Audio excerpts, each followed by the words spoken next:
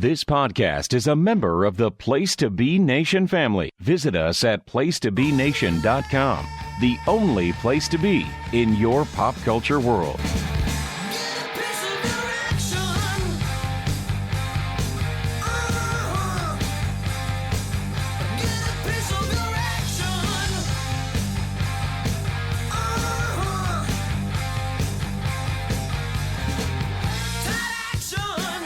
Place to Be Nation. Welcome to Piece of the Action here on the Place to Be Nation book feed. I'm your host, Matt Souza, and I am very excited for tonight's show, so let's waste little time.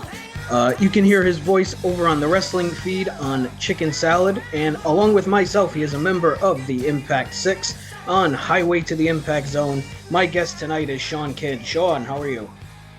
Good evening, Matt. I am extremely excited for tonight's watch, and I'm not excited for the obvious reason. I'm actually excited because this movie is fucking awesome. So,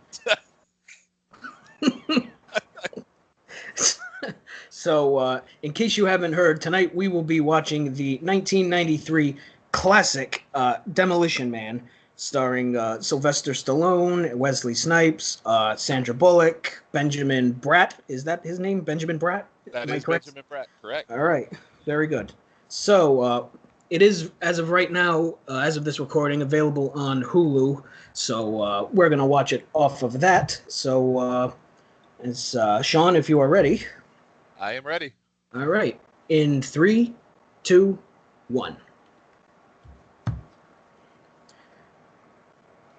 So, Shawn, this is going to be a recurring question I'm probably going to ask on every one of these podcasts.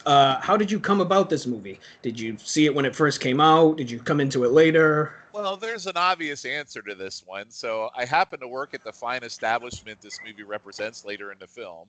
And but we actually did a cross-promotion with the film when it came out and promoted it. So obviously we promoted it. I went and saw it, and I fell in love with the movie, and I've loved it ever since. So yeah, back in 93, so I would have been 20 years old at the time. So yeah, so I remember vividly when it came out for sure.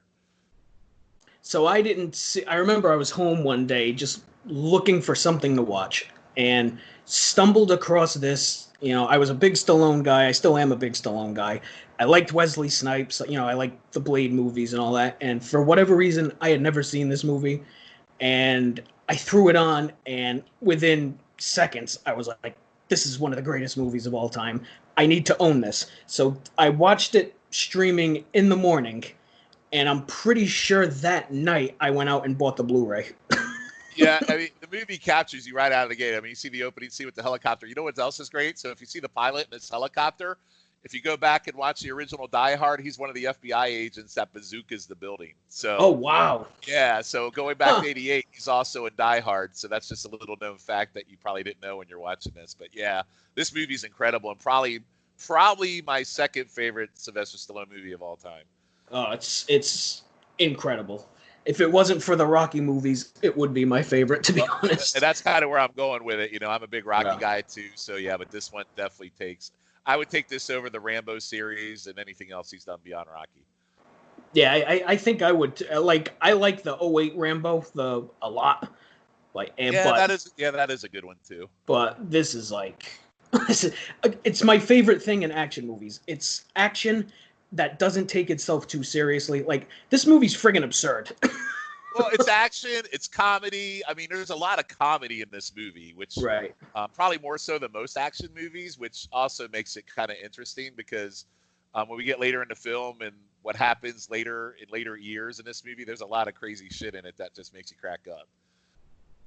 But right now, this is great. You know, Sylvester Stallone just bombarding into a building out of a helicopter, doing what he does.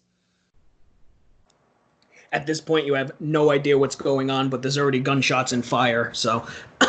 Well, and how cool of an action name is John Spartan? Like, right? You couldn't have written a better name for an action hero. And then when we see the villain's name is even greater. So, John Spartan is badass. So, I believe there's a sequel coming out. Yeah, I think earlier this year, Stallone announced that they were doing the Demolition Man sequel. So that'll be great. I'll be in the movie theater day one. So you know what's interesting? So this current where they're at now, there's the villain. So the villain, Wesley Snipes, his name is Simon Phoenix, which is also probably one of the better action film names. So. Wesley Snipes with a cigarette in his ear, earrings, bleach blonde hair. Yep. So this wearing movie, a checkerboard pattern leather jacket. So the current time, so this movie actually goes in the future, but the current time is 96, which is actually only 3 years prior to when this movie was made. So I try to put myself as this 96, and it still looks too futuristic to be 96. Stallone looking for hostages. Yes, he's asking Simon Phoenix where the hostages are. And apparently this is kind of like a Batman Joker scenario. These guys have had an ongoing thing happening, and this is kind of the culmination of that. So very Batman Joker dynamic with these two. A lot of Joker in the Simon, if you really think about it. Oh yeah, you can see it. Yep. Just even his mannerisms. Yep. He is intently pointing that gun. My God. Well, oh, that's bad. Well, and earlier Simon busted a bunch of freaking gasoline with a knife, and then he just lit a cigarette and threw it in. So there's hostages in the building, and he's trying to blow up the building, and now they're fighting. Stallone jumps through the fire, tackles Wesley Snipes onto a table. Well, Stallone is fireproof. I think we know that. We've seen it enough that in many movies he's jumped through fires. So I'm pretty sure it was right around this point in the movie, the first time I watched it, where I was like, yeah, I should probably own this. Yeah, I mean, this is probably the first 5-10 minutes of this immediately pulls you in and say it hooks you. Totally.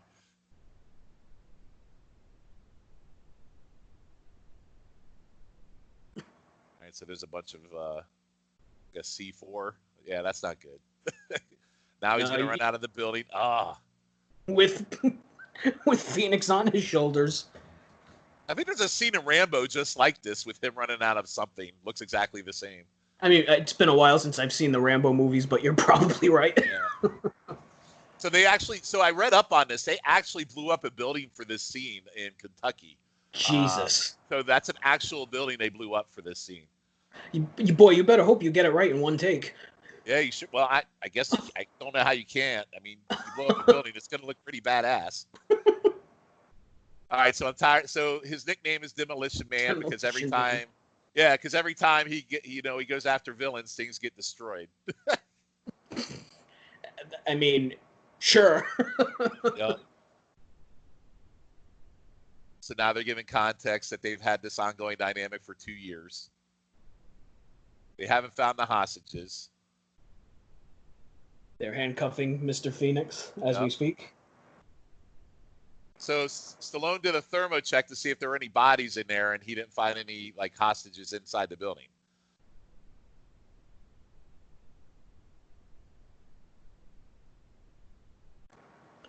Uh-oh. A nice long chat for the captain and... Oh, they just found bodies everywhere. They just found the hostages. So when you picked this movie, I was trying to remember why what happens to John happens, and I completely forgot that was the reason. I knew they had a confrontation in the beginning, but I forgot why. So the reason is he lied and so Simon Phoenix just basically said, I tried to tell him that the hostages were in the building, but he didn't care. So they're gonna cast blame on Spartan for the hostages dying when he was known that he wasn't supposed to go in and take the kind of action he did. So legitimately, they do have a reason to, if it were true, to send him to wherever he's going now. Right. Wearing a paper-thin whatever that is. Looks like a robe. Well, he is about to go into a cryo chamber, so you got to have some thin attire on.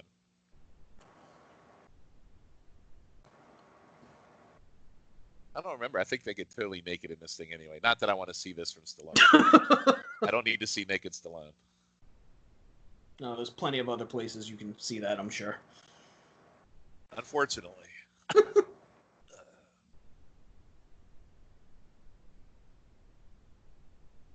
So it's interesting. So in 1996, which 3 years after this movie was made, we're supposed to believe that if you've been sentenced, and Spartan's been sentenced to 70 years, you're supposed to go into cryo freezing for your trouble. In 1996. I mean, it was L.A. They were kind of ahead of the times. Yeah, but I mean, think about what were you doing in '96? I mean, think about this movie. I was in kindergarten, so. Well, there you go. So. I would not be doing this. God, I forgot Jesse Ventura was in this.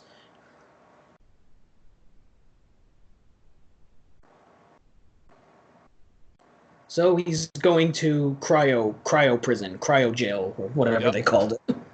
Yep. That's probably not fun. Well, I mean, if you're frozen, you really don't know. So, I mean, I think I'd rather do that than prison.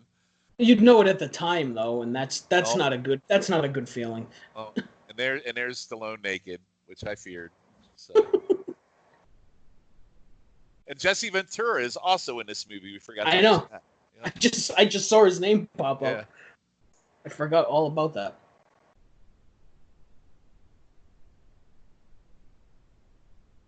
Oof! Almost had a deadly shot in that one. Oof! Oh no! What are we doing? Very novel. I think I just saw some sack there. You see that? So. It's like... The Stallone bone. Oh! There we go. I don't recall that much vividness when I saw this. Well, high def, it's different now than it was. Yeah, a little different you now. can see things more clearly. Sure can. See his little Rockies. His little Rockies. So This movie just has a look to it. Yep.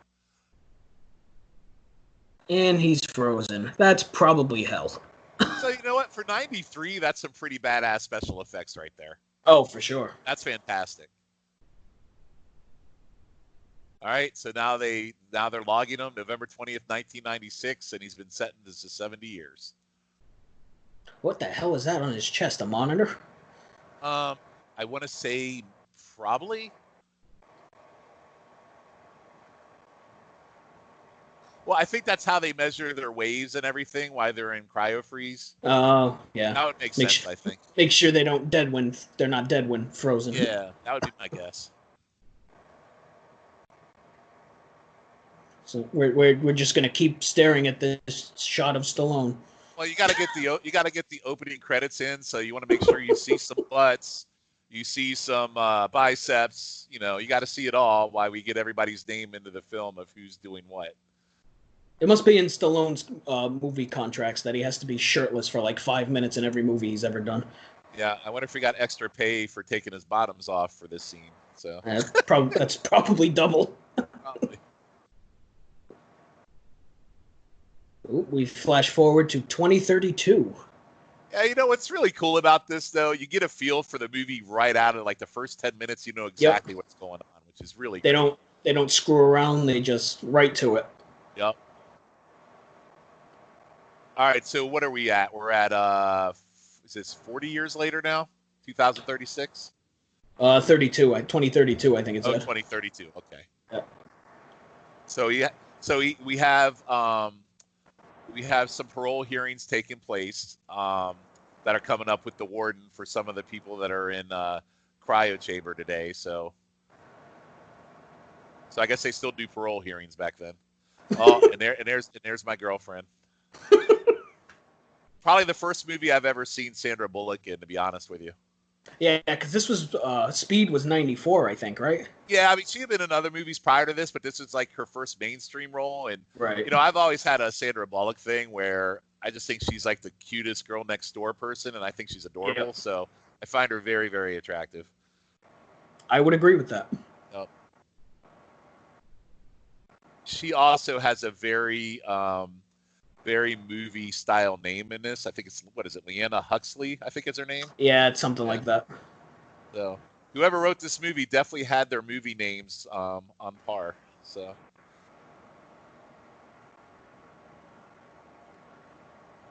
Be Well, that becomes a common theme in this movie. You'll hear it a lot. Yep. All right, so there's our first parolee they're doing a parole with. I also like the cars in this movie. The cars are pretty cool. I was just gonna say that. Yep. Why don't cars drive themselves yet, except for Tesla? What the hell? I don't know. This is 2032, and we're only, 12 years from that? We don't have this cool stuff. Well, the way this world is going, it could be on fire by the time we're done with this podcast. So. Yeah. By the time we get done with this, it could be the prehistoric age again. So. All right, so here's our first shot. This is the Ethical Plaza. Yeah, you'll see more of these guys later. They take you'll see who leads this kind of pack that's doing all this graffiti. What's really cool is they have all this technology where you can just spray graffiti and then the wall automatically just wipes it all off. I love that name, the Ethical Plaza.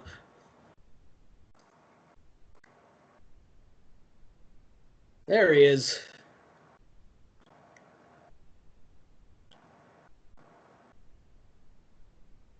So Dennis Leary leading the I forget what they're called. Kind of like the Morlocks from X-Men in this movie is what I call them. Right. They're the underground dwellers that live by their own rules, I guess, would be the best way to describe it. Yeah, they don't like current society or whatever. God, Rob Schneider. My God. Yep. Looking no older than like 22. Yep. So he must have been on SNL at this point, right? I believe so. And I think he also does, if I'm correct, I think he does Judge Dredd with Stallone too, doesn't he? I think. Oh, I don't know. I've seen that movie once and that was more than enough. Yeah, I'd have to look it up. The sequel's much better. Or the remake is much better.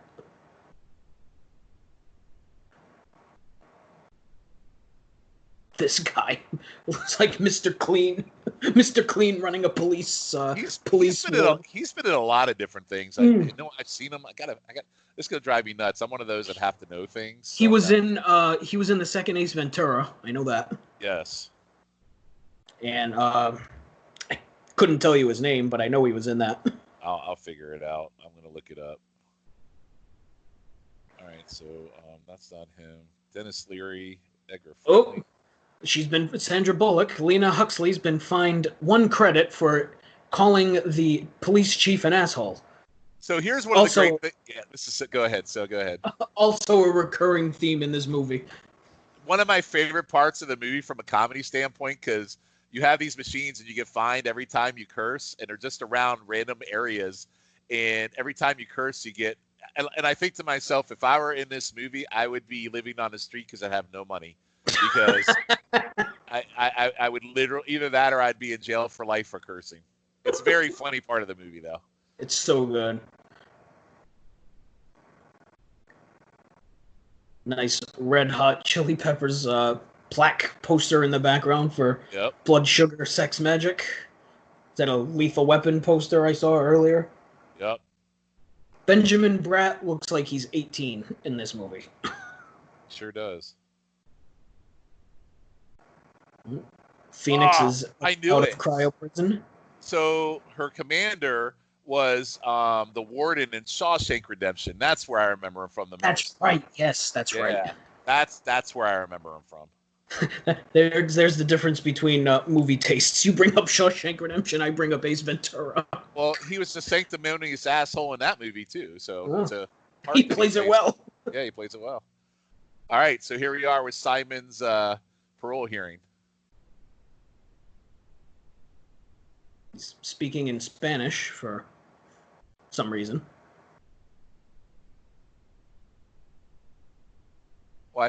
Well, clearly he's been programmed. So I think you find out they do programming with them while they're out to kind of rehabilitate a little bit within their minds.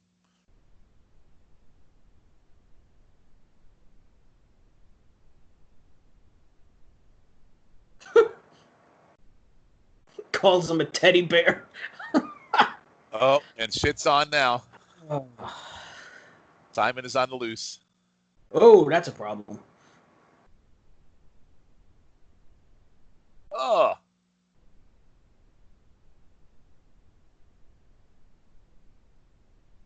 Simon says die. Yes. Simon Says Die. Oh, God, so good. He is so great in this movie. All right, so he just took out 2, and he's about to take out number 3. I would say up until last year, this was probably my favorite Wesley Snipes role. Oh, what's your favorite now? Did you see Dolomite? The Dolomite movie that Eddie Murphy was in? I have not. Oh, he is incredible in it. Okay. It's so good. So he Whoops. he just pulled the guy's eye out so he could use it for an eye scanner. He's just walking around with it on a scalpel.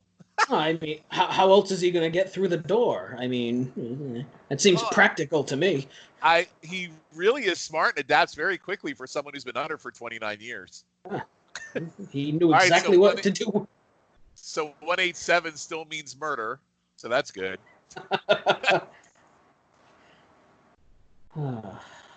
So now everybody's wondering what 187 is because no one has seen the code ever. What's a 187? Right. That's the other thing with this movie too, is that crime is basically non-existent in this crime. There's none. This future world. Oh, so code 187 means murder, death, kill, and the computer consistently just says murder, death, kill over and over again. Last recorded offense was 2010, so they have not had a murder or death or a kill in 22 years at this point. And they've had 2 in 10 minutes. Yeah, well, 3 if you count the guy with the eye, unless he's still alive. Oh, no, he's still alive. He's he's still alive. Oh, wait for it. Severe eye trauma. But wait, it's about to happen. Watch the death scene. Here we go. Vital signs failing. Imminent death. And he's dead. Oh, God. That was a very long death scene. Snyder throws up. Oh, God. Oh, and then when people die, they read to you what day they were born and when they died. That's pretty funny. 3-9 sanctioned life terms.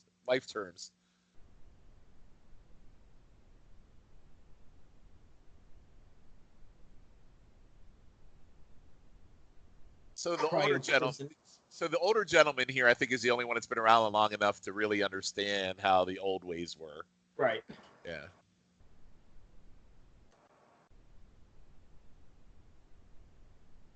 Okay, so now they're looking up the morning hearings. It's Phoenix, so that guy knows who Simon Phoenix is. He must have been around in the old days. Yep. I know him. He's evil in every way. You think so, huh? He's walking around with an eyeball in his pocket. I'd say that's pretty. So I will say one of the things about this movie that's not exactly great is the script and the acting, the words they have to say, because it's really generic dialogue that they use. It's really, I mean, whoever wrote the dialogue probably needs some help, but it still doesn't. He declared his own kingdom. In a bad time, he was the worst. Very generic dialogue. But you know what's great about it being generic? It makes it very easy to understand. Right. And who doesn't like a good murder, death, kill? Just that alone, murder, death, kill. You couldn't think of something else to call it? But I think maybe that's because of this. Maybe they were trying to do that from a comedy element, maybe? Yeah, maybe. Oh, they just had another one. Do you wish to assign a coroner? Oh, now there's a car missing. It's interesting to watch this because none of them have any clue what to do. It's so great.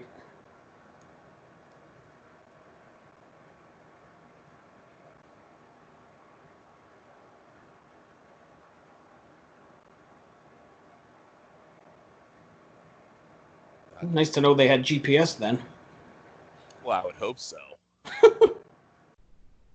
And so, of course, Sandra Bullock is very excited, because they have a murder, death, kill. So she's excited that some action is happening because they never have any action. So could you imagine being happy about a murder happening because you're so bored?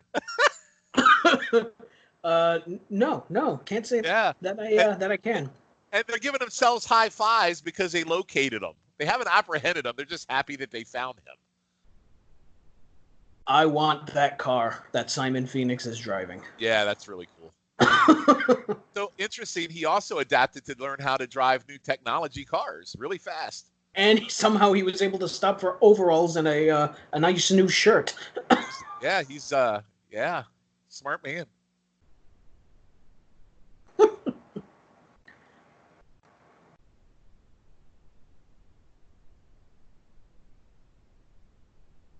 Compute chat. Greetings, citizens. How are you feeling on this glorious day? You know, I think in these troubling times, we could use a thing like this that would say nice words to you You know, out in public.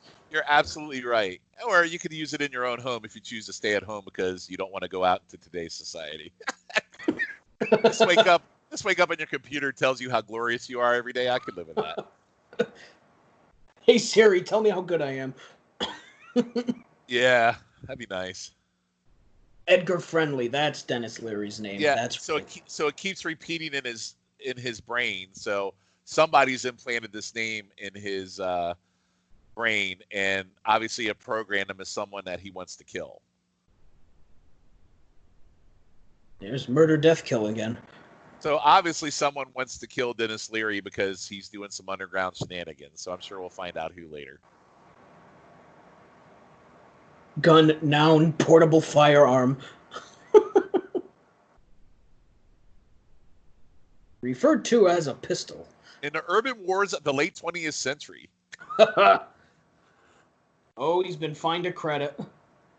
Yep. Oh, there's another one. Oh. What? Fuck you. Your repeated violation. This is great.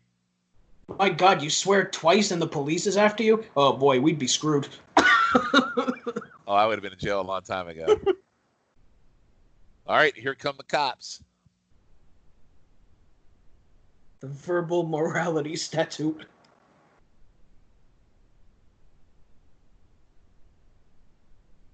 This should end well. Yeah, I don't know how this is going to go for them. I like their chances. And what do they have? Like little stun sticks or something? I love how it tells him what to do. Yeah, they don't even know what to do.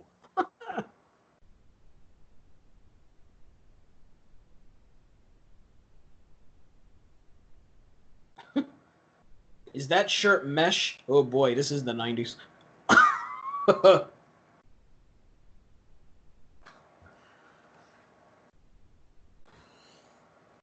That's so great, giving him step-by-step instructions on what to do. Say or else.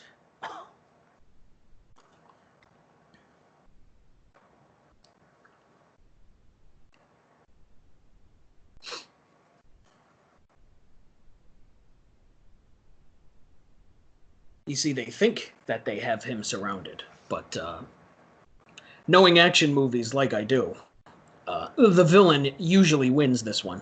Of course. This early in the film. Yeah, I mean, because if they were apprehended, clearly the movie would suck. Oh, and there you go. And here we go. Simon is just speeding the whole police force. We're police officers. We're not trained to handle this kind of violence. Wow. Oh. Yeah, Simon's just totally kicking everybody's ass. Whoops. That windshield broke a little too easily. Well, he didn't want the cop to get away, so. Oh, that's a good point.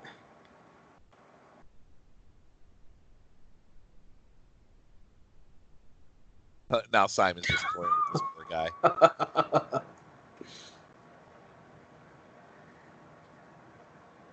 Stupid.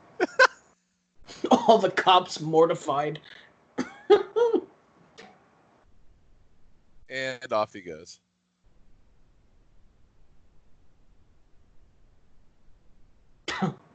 Simon says everybody stay. And now he's singing the national anthem. Yeah, there's definitely Joker-like feels for this guy for sure. Oh, yep. Which is okay. Wesley Snipes does a really good job in this role. Speaks to how good the police force is. He was able to take down every single monitor in the police station with one shock stick. Yep. Within 6 blocks, too, by the way. 6 blocks. Yeah. It seems like Leanna Huxley is the only one in this precinct with a half a brain. Oh, and they blew up a cop car. Brilliant. This Simon Phoenix guy, he seems like bad news. I think so. We need to find out how to fix this. What are we going to do?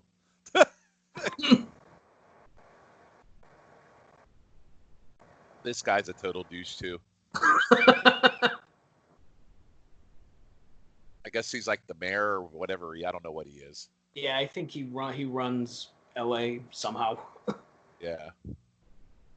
I'm sure they'll describe it. I can't remember exactly what it was. I don't know if you ever seen it, but he reminds me of the what's his name, Baltor or whatever from Battlestar Galactica back in the day. He's wearing the same exact robe and outfit. He led the Cylons in Battlestar Galactica. He looks just like this guy. Jeez. Yeah, showing my age. That was 78, man. Sorry. Before my time. Yeah, it's before most people's time. It's okay. So this guy's main goal is to apprehend this friendly guy because he's infecting our harmony with venom.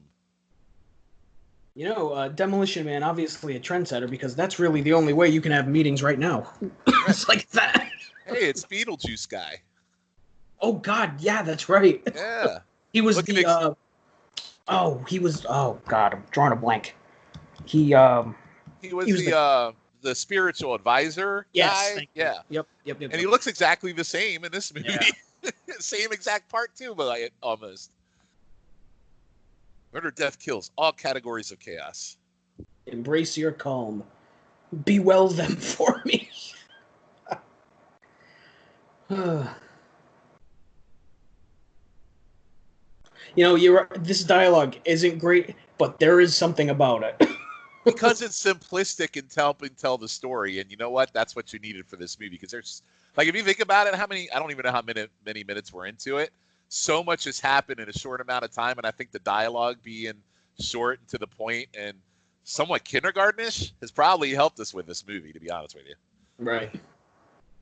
Dr. Kato.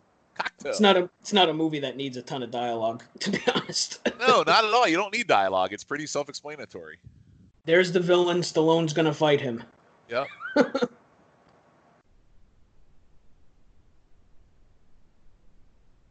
So SAPD. What did that stand for? San Angeles? Is that what it is? Yep, San Angeles. Yeah.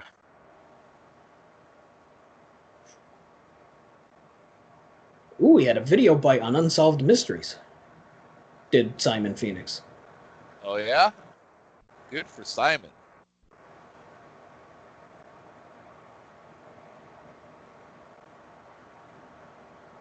They called John him Spartan. the Demolition Man. I mean, that is a pretty cool name. I'm not going to lie. I wish I was called the Demolition Man. Yeah, I could live with that nickname.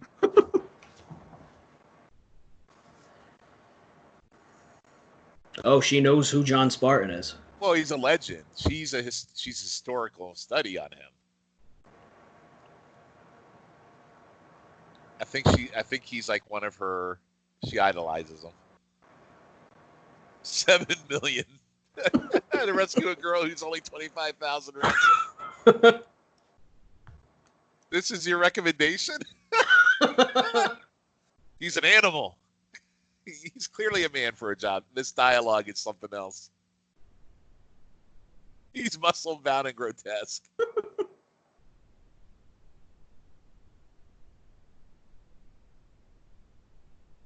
You need an old-fashioned cop to get an old-fashioned criminal. It's that simple. All right, so now they're going to unfreeze him. What the hell was that they were using to unfreeze him? Just use fire! You don't need that fancy laser thing. I know it's the future, but fire would work. I really think the special effects in this movie so far are really good. Oh, yeah, it's still looked great. We're here, 27 years later? I mean, yeah. It's kind of like watching Terminator 2. You see that, and you're still amazed at what they did in '92 with that movie. Oh, for sure. Yeah. I just watched Terminator 2 not that long ago, and it still holds up, I can say. Breaking news here, hot take, Terminator 2 still holds up. Yeah, still an all-timer.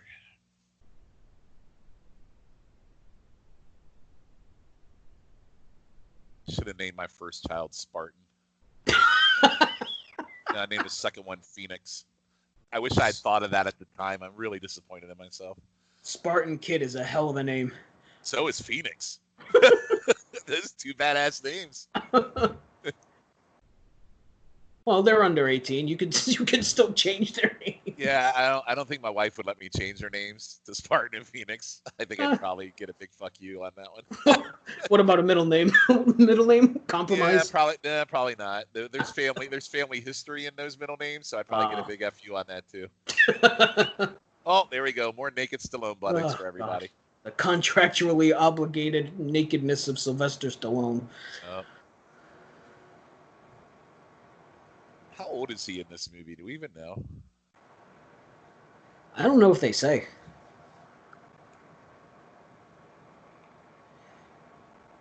I mean, he's obviously the same age he was when he was frozen, so. I wonder how old is he in real life in this movie?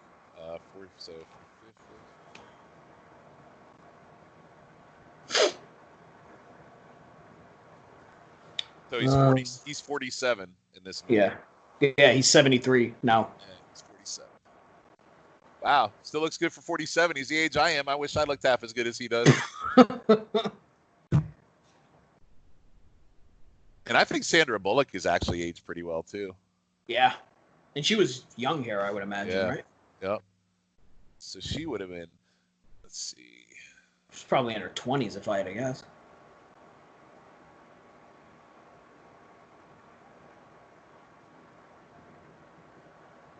Her light was extinguished in the big one of 2010. About his wife. So she's 29 in this movie. Oh, wow. She's 29 at the time. Wasn't she in the last... She was in the... Oh, no, she was... never mind. I was thinking of something else. So, Mr. Spartan just found out his wife died in a... I guess there was a massive earthquake in 2010 that they called the big one, and his wife passed away in that. His wife died from the big one. There's a joke somewhere in there. There is. A very childish joke, but it's there. Well, this is a very childish podcast, so by all means. Yeah. So they've had 11 murder, death, kills so far since 2010 within the last 24 hours.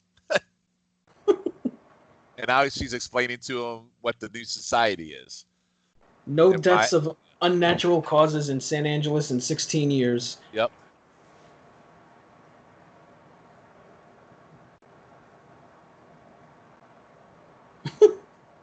His face is so great. What the fuck is going on? You get me a Marlboro. Oh, that's yeah. He wouldn't be saying that if the movie was made today. It's a cigarette. Those are faux pas nowadays. You get me the weed. Smoke. There you go. Hey, go get me the weed. Where's my hemp? There's no alcohol. There's no caffeine. No cigarettes. Are you shitting me? John Spartan, you were fine. And Spartan's being fined. This is one of the best parts of this movie. Yep. He keeps getting fined. Pregnancy is legal if you don't have a license. Oh, he just got called a caveman by the asshole sergeant commander.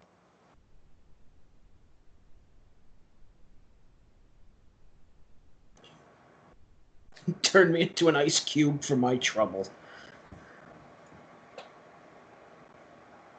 So the conditions of his parole is he's got full reinstatement to apprehend Simon Phoenix, or he goes back into the chamber. I love how she calls him by his full name. John Spartan.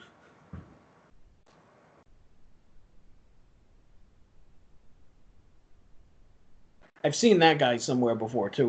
He's done some stuff. That character actor. Yeah, he's been in a lot of stuff too.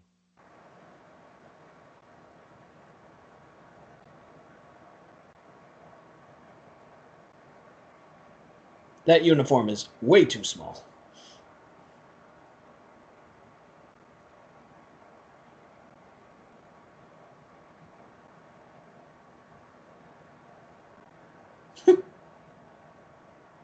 Oh, they're out of toilet paper in the bathroom.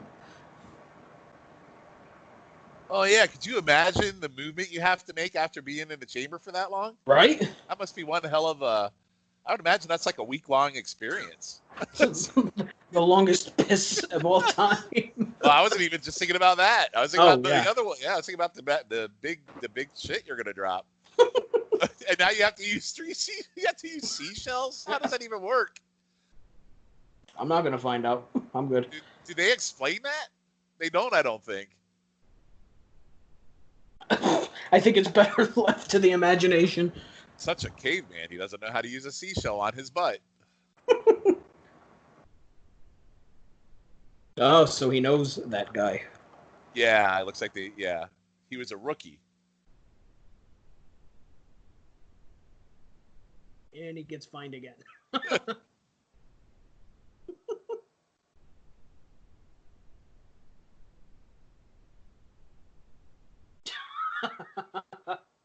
If you read my study, you'd know this is how heterosexual males bonded.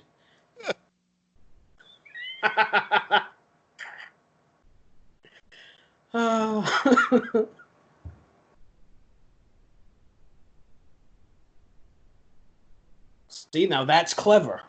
You keep swearing at the machine to get paper so he can wipe his ass. That John Spartan, I tell you, always thinking on his feet. That was brilliant, actually, what he just did.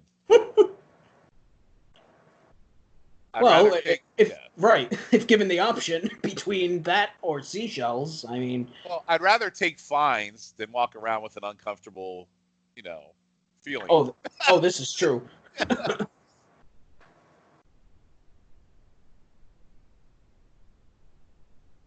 This guy keeps calling him caveman. Oh, he has an implant in him. You should leash up my ass. You didn't find one, quit it.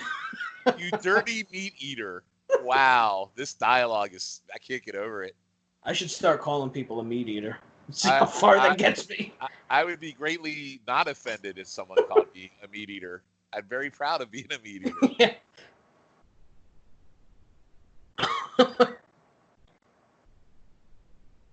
He'll attempt to set up a drug lab and form a crime syndicate, so their computer is telling him this information. There goes the buzzer again. Oh, God, that's so great. It kills me every single time I see this movie. He's going for a gun, you idiot. Those glasses he's wearing are weird. Yeah. Makes him like Mr. Peanut type of lenses. Or the guy from Hogan's Heroes. Monopoly guy type shit. Yeah. All right, so so John Spartan's very smart. Not only can he cuss and get toilet paper, he's now deducted that maniac Simon Phoenix will go to a museum to find a gun because that's the only place he can find a gun. Phoenix is the smartest man. Not Phoenix, but Spartan is the smartest man ever. Great police officer.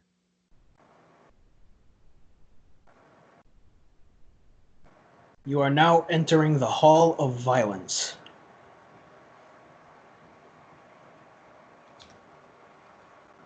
This is like going to an amusement park for Simon Phoenix. If you go past the Tunnel of Love, you've gone too far. The Hall of Violence is on the other side.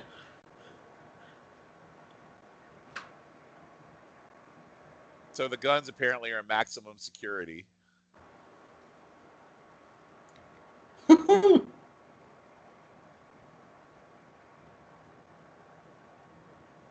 So Stallone wants to drive. Stallone wants to drive.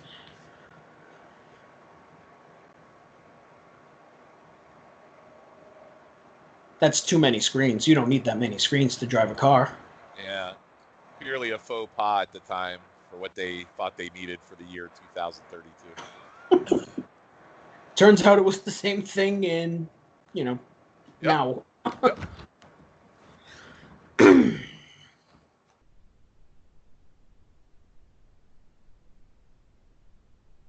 The awkward car ride. That's a dumb comment. You're very much alone. Well, yeah, I've been frozen for. Yeah, I've been in a block of ice for, let's say the last 3 decades. So the most popular radio station in town is the old classic commercials. So the first one they played was Pepto-Bismol commercial on the radio. That sounds like a hell. And now they're singing the Armour hot dog song.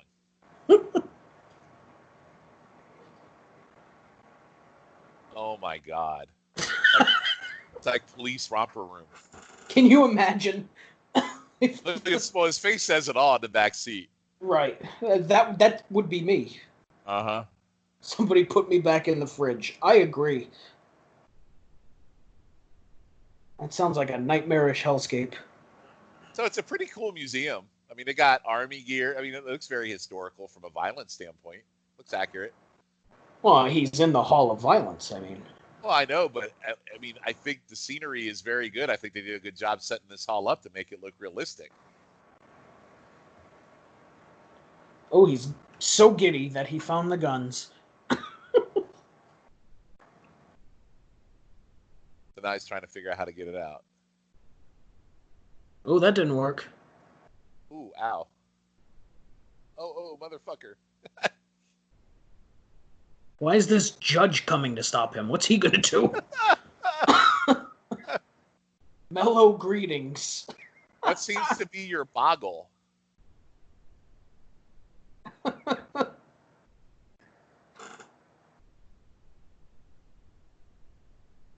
Oh, So into the glass. So ask him how much he weighs. So realistically, though, if security were as tight in the future as it should have been, there's no way even his body would have broke that glass. No. Yeah. So now everybody's leaving the museum. He's got a nice gun there. He brings up a good point. Where are all the phaser guns? Yep, that's a really good point. And now he's just going to go around and shoot the place up and find all the guns. Please exit rapidly.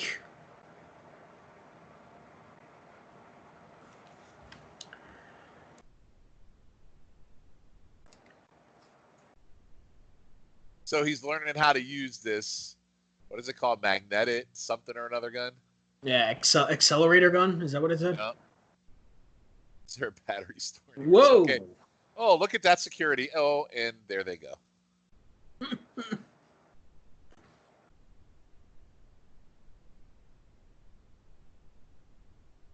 Magnetic accelerator gun. I was close. Looks pretty good. There's so many one-liners in this. Say what you want about the dialogue and the non-action scenes, but he has Simon Phoenix. There's so many one-liners he has in this movie. Oh, I agree. Like I said, I think the Phoenix and Spartan characters are really well done. And even Leanna Huxley is done pretty well. Yeah. She's looking mighty fine in that outfit, by the way. Excuse me, Rambo, I need to borrow this. Huh? Got to promote the other Stallone movies.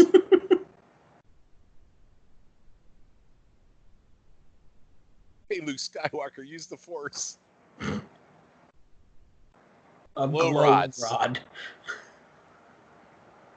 So he just randomly walks up to somebody. That's amazing. That's a pretty powerful weapon, though. If you just do that and they knock him out, that's pretty good. For a community that doesn't use violence anymore, I mean. So so I guess it would not be any fun if they just took the rod up to Simon's head and he dropped. That would make for a very good movie, I guess. No, that would end the movie, in fact. Yeah. Then everybody goes home early. It would be a TV special or something. I love that name, Hall of Violence. Yeah, it is pretty good.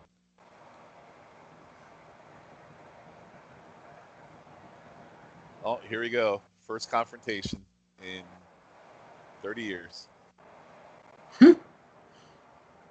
Oh, he's got the cannon loaded, because of course he does. So I'm curious where he found I want to know how he fired that cannon.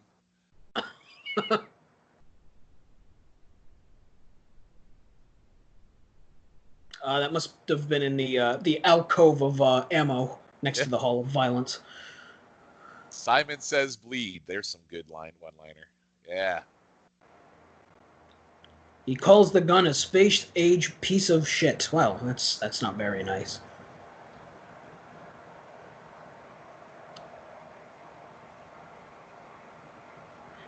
There's an awful lot of glass being strewn about. Yeah. Very diehardish. Yeah. So he's grabbed a bunch of weapons and off he goes.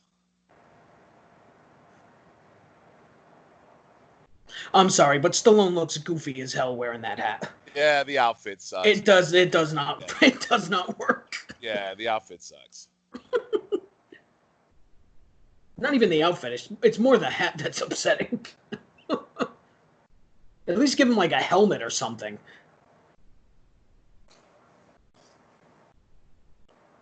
And he shoots the chandelier and breaks through the glass floor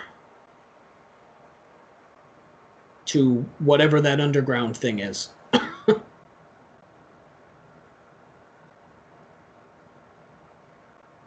Is that a recreation of old Los Angeles? Is that what that's supposed to be? I guess. Now, this scene right here looks very stage-ish, right? It looks like a studio stage. You can definitely see it. Yeah.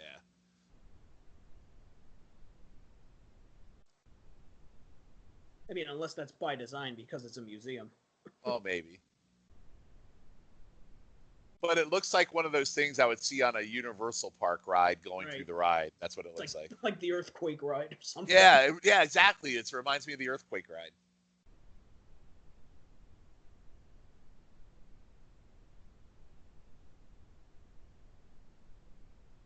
How did he get all these kung fu skills while he was frozen?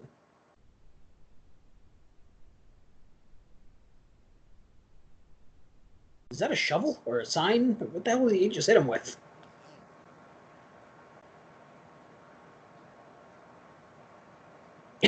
Now he's swinging a TV wildly. That was a big ass TV too. Oh yeah, I mean this was the 90s. All TVs were big ass TVs. Even the small TVs were heavy as fuck.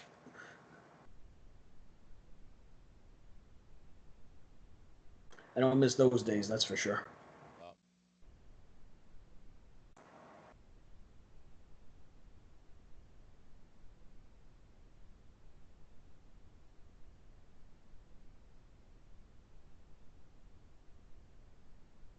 And Simon Phoenix escapes.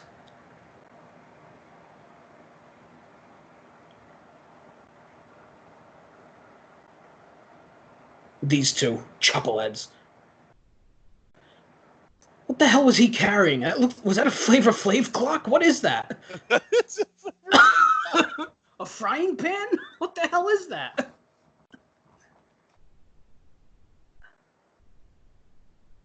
All right, so Simon escapes.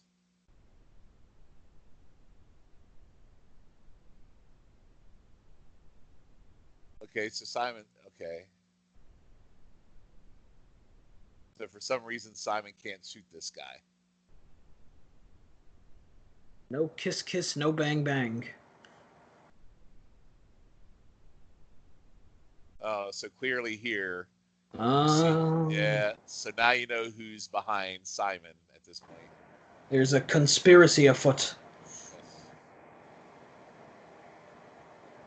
So he's programmed this guy. He's programmed Simon to go kill Dennis Leary's character, the underground dweller leader. It's Edgar Friendly is his name. What a horrible name that is. It's pretty bad. They must have ran out of names at that point. What should we call him? I don't know. Well, they took up all the cool names with everybody else, so they really had nothing left.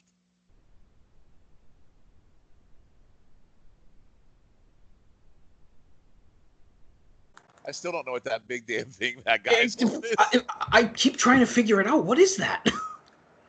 It looks like a chrome bullseye or his lunchbox. I don't know. A griddle, a frying pan. I mean, yeah, I was thinking maybe a lunchbox, griddle, a quesadilla maker. I don't know what the hell he's got there. I always bring my quesadilla maker with me wherever I go. Well, I do. It's my security blanket. I bring it everywhere. Well, Yeah. you really licked licked its your ass.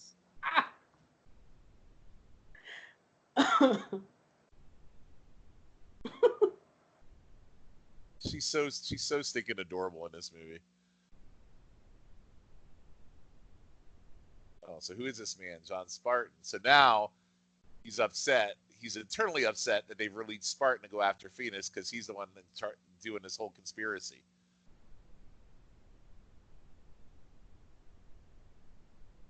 At least Stallone took the hat off. He looks much better now. Yeah, the hats look really dumb. Someone told him off set, "You look fucking stupid."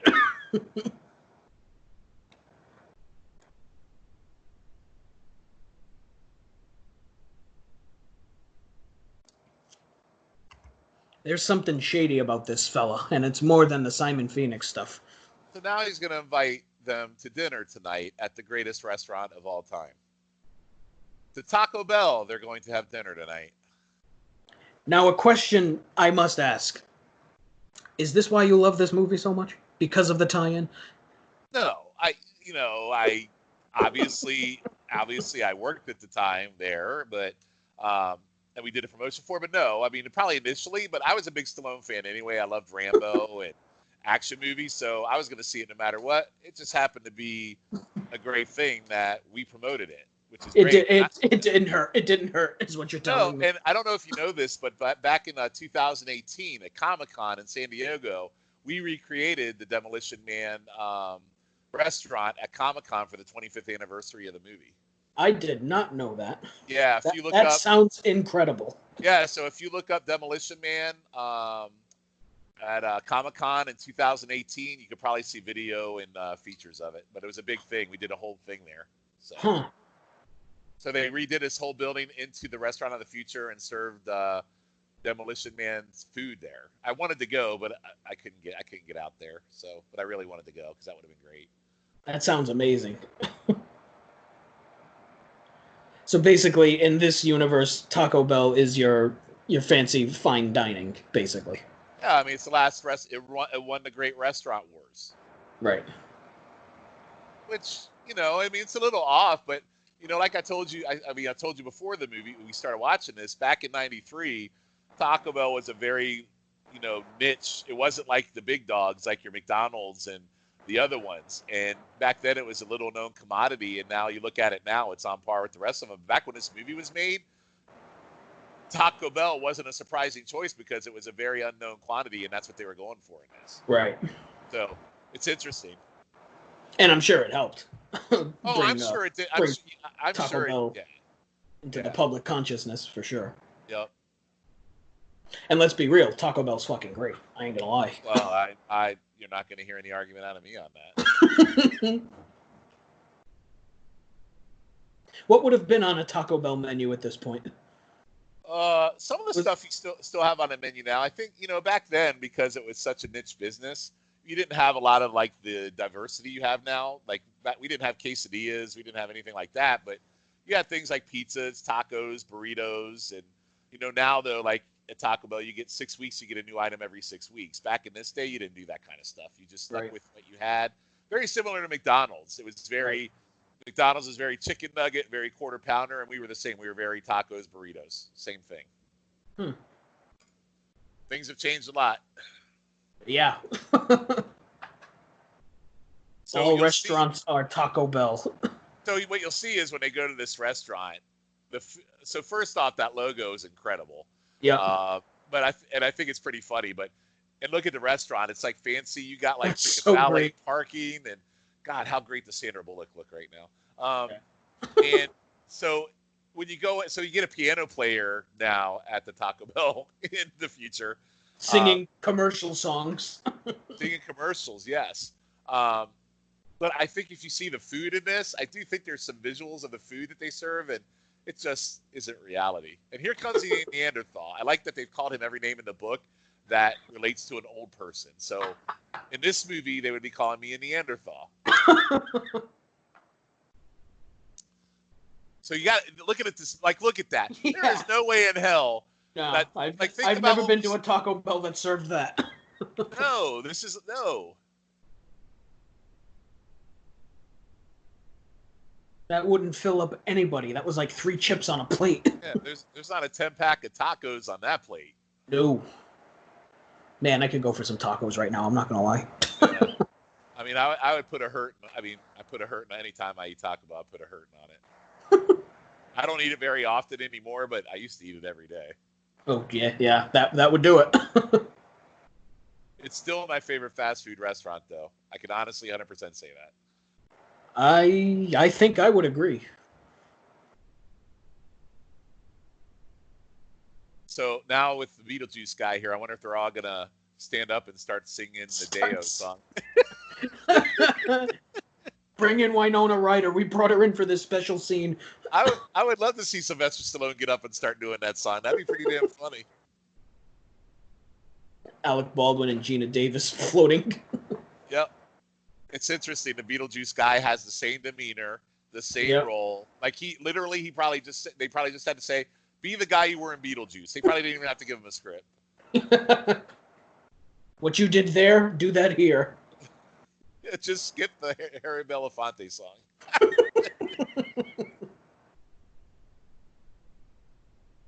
Having a deep conversation at this here Taco Bell about the cryo prisons and the cryo sentencing. With really shitty food, by the way. That's really disappointing to see.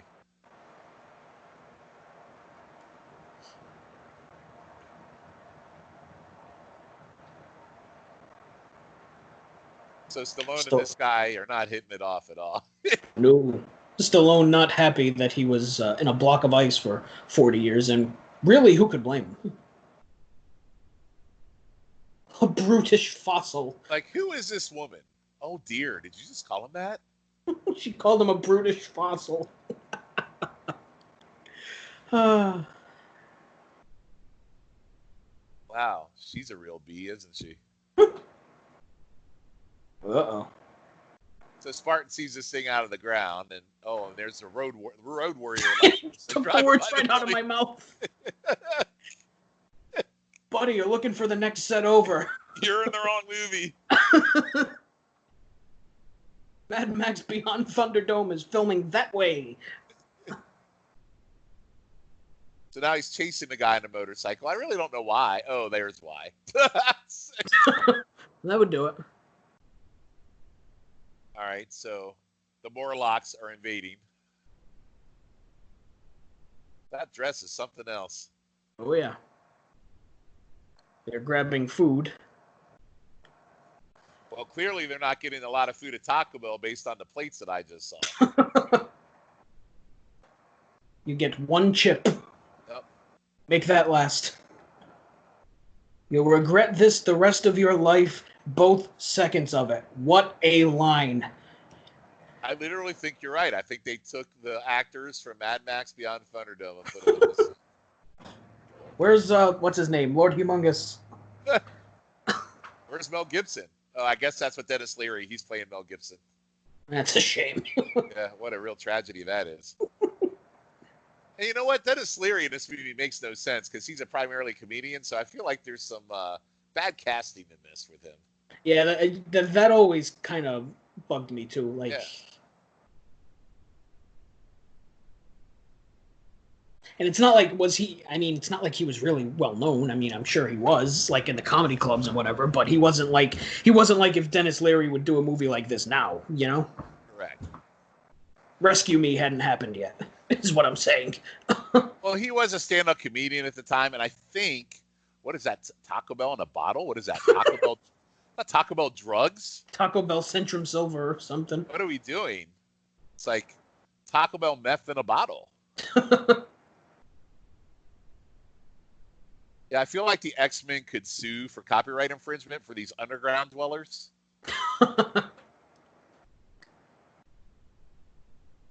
They are a society of thieves, according to the Beetlejuice fella. The last criminal element in the entire city. So Sandra Bullock, she just mentioned Laserdisc. Is Laserdisc the only video medium available apparently in this world? Well, you got to think stuff like Blu-ray and everything. There was nobody thought of that back in '93. I think for what they had at the time and what they thought it would be, they did pretty good. Yeah, to be honest, that's probably the most futuristic of the home video stuff. So Leanna Huxley is very turned on at the chaos she watched.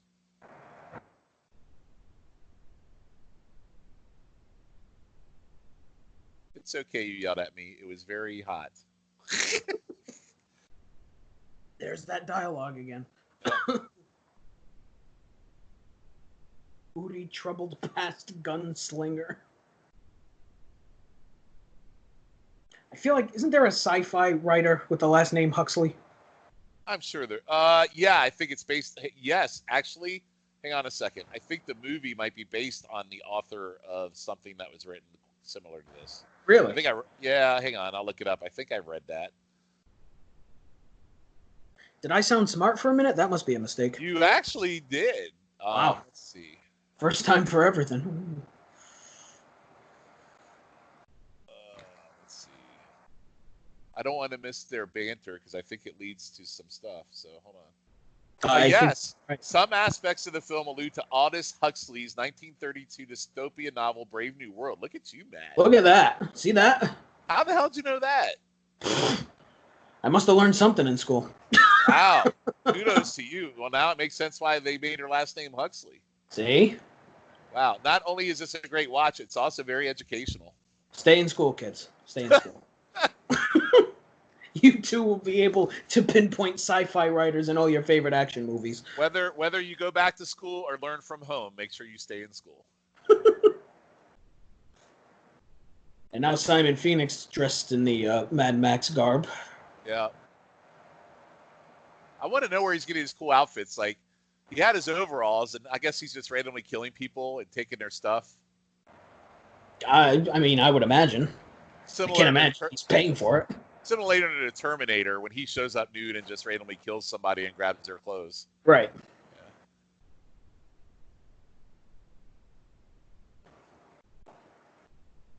Yeah. So now Simon's just randomly saying things that he has no idea why he knows.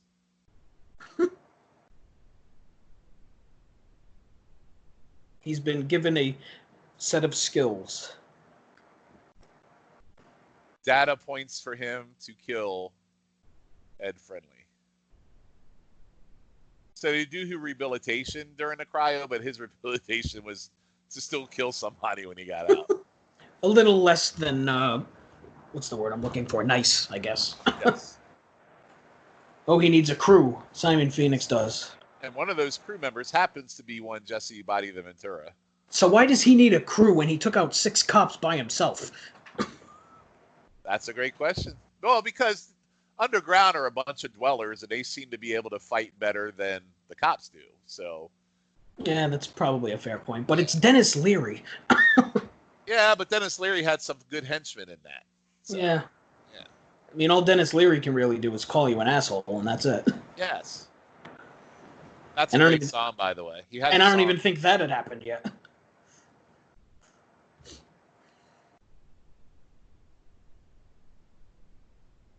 He wants Malibu, Santa Monica. It's all the cities.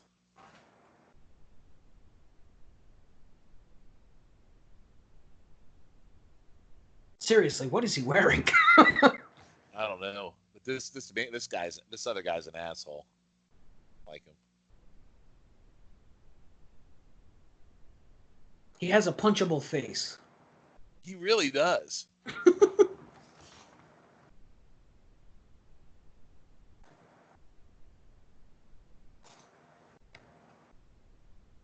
He took care of Spartan once, he's gonna take care of him again. Needs some men defrosted. Could be a sex thing, depending on who you ask. All right, so now they're going back to Leanna Huxley's house, which looks like it's a pretty slamming building she lives in. Yeah. It's like the Rock and Roll Hall of Fame. Yeah, they must pay cops well to do nothing. That is a pretty cool apartment. Oh, yeah. Yeah, look at that. That's amazing. Look at that neon Pepsi sign in the back. You got Why is vinyl Stallone? hanging. Why is Stallone dressed as a ninja? Like he's even got the little tie down thing happening. It's like Is that a picture of John Kennedy? it is in front of a rocket, behind a rocket gumball machine. All right, so now she's talking about having sex. I observe your behavior, and my result condition is, oh my God, this is amazing. So Stallone's like, hell yeah. Oh, that's rather forward. Well, yeah, but it's not what he's thinking. Like he's thinking, hell yeah. Oh yeah. Hell yeah. Now, if I recall, it's not what you and I would call sex. It's a little different, if you will. No, but you know what's interesting about this though? So he just woke up from cryo, right? So he's still in love with his wife. He wakes up and he's quickly forgotten that his wife is dead. And now he's ready to have sex with Sandra Bullock. So apparently the dead wife doesn't mean anything at this point. So maybe a little bit of, look at that outfit. I swear to God, he's dressed as like he's going to the Karate Kid tournament. We're in the wrong movie. Mr. Miyagi's going to walk out instead of Sandra Bullock in a minute. That's a crazy outfit. And they're like sitting down. Like, look at her now. She's in a freaking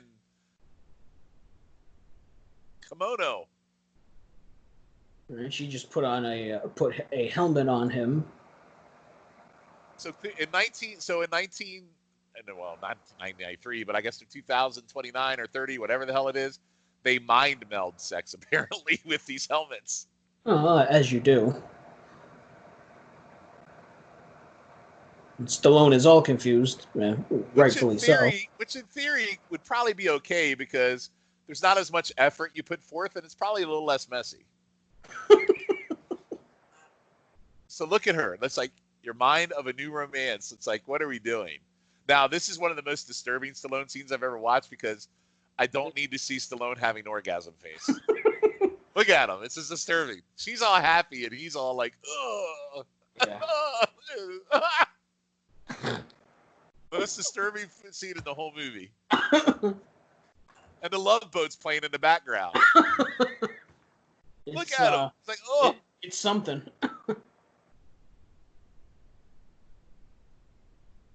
Oh, my God. Oh, I don't need to see that. That's terrible. Good Lord. Good Lord. So I think he pulled the helmet off before he had an accident in his pants. Pulled the helmet off. Is that kind of like the pull-out method in 2032, or how's that work?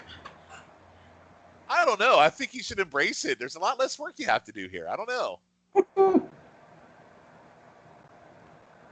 I mean, it's like having a sex dream, like right there in front of you, you know? The hunka chunka. Jesus Christ. This is no longer done. We can't exchange bodily fluids. You know what that leads to? Yeah, kids. Smoking, a desire to raid the fridge. The rampant exchange. This is great. Oh, my God. So now she's talking about after AIDS. Or is that oh, my God. There's like 50 diseases after AIDS, and that's why they don't do sex. This might be one of my favorite scenes in the whole movie because Stallone orgasm is one of the most wrong scenes you'll ever see in cinematic history. And he goes, oh, damn, I was a good kisser. Hey, what about procreation? What about procreation? Oh, he exchanged fluids with you. Hey, V, you want to do some of that there fluid transfer? What are you doing, John Spartan? Breaking the law. You are a savage creature, John Spartan. I wish you to leave my domicile. Oh, this is so great. I mean, you got... they're wearing helmets. Stallone's dressed like he's an extra in Karate Kid. I mean, they're in a apartment that looks like the 60s through the 90s threw up in it. Oh, man. I tell you, this is one of the best scenes of the whole movie for all the wrong reasons.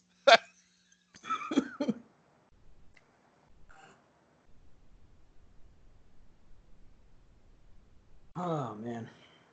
So he has his own apartment, I guess, or is this like funded by the police that he has his own place? Like, how does he magically have his own place? I would imagine it's something to do with the fact that he works for the police. Well, yeah, it's clearly not as decorated as Leanna Huxley's place. So That would be my guess. It looks like a Homewood Suites. Oh, there's the seashells. Here we go. Yeah, I really want to know how that works. I don't. I'm good.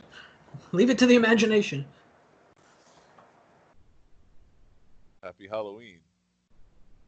Oh, so is that not his and he had to borrow that suit maybe, and that's why it's off? I think that's normal clothes that people wear there. They think he's wearing normal clothes for the future.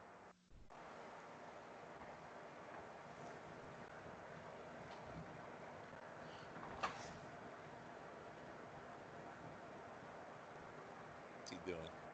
Now that's a hat, a beret. Yeah, there you go. That's his old hat, his old stuff. Oh. Is that a ball of yarn? Yes. There you go. Whoops, wrong number.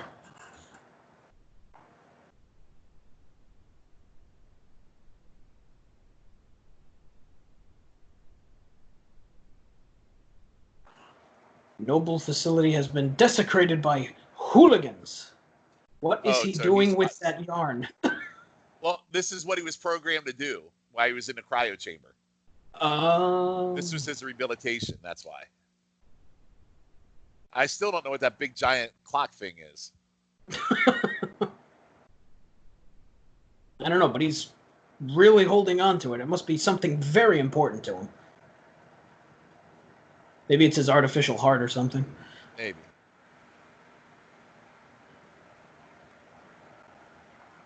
Oh, wasn't that nice? He made a sweater. Wow, that's some pretty good rehab. I feel bad for trying to molest you. Here is my sweater. I needed you this. I hope you like it. Yo, Huxley.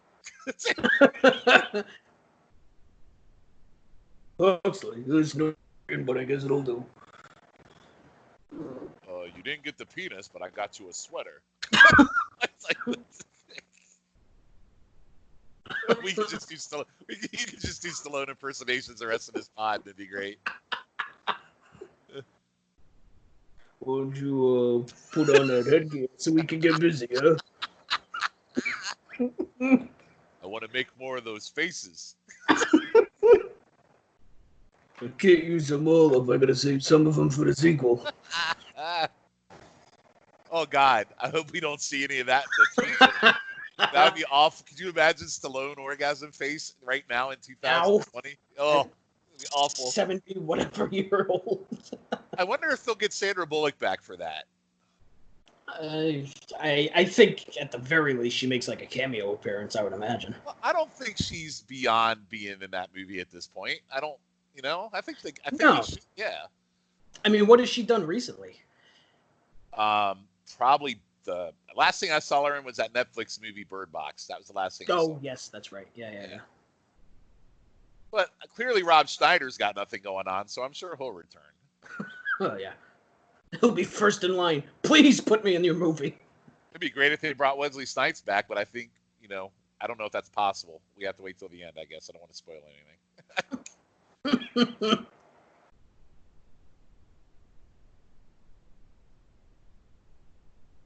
Boy, this guy, they programmed him with a lot of stuff.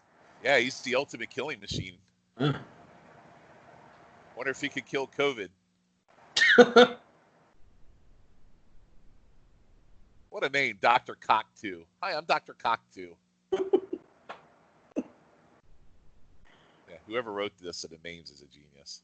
Yeah, I mean, some of the names are great, but then there's others that are just like swing and a miss. Cock2 does sound like an asshole name, so yeah, it does.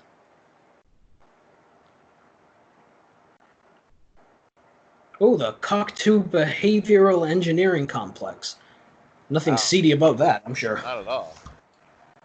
Enhance your call. I love that she keeps calling them John Spartan. So great. Oh, he didn't want to show up in person. Oh, now he's calling him out on what he did. Uh-oh. That was pretty subtle. That was great.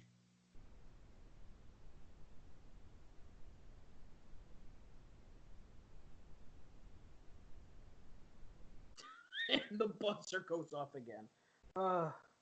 That's so good. I love how they keep that going through the whole movie.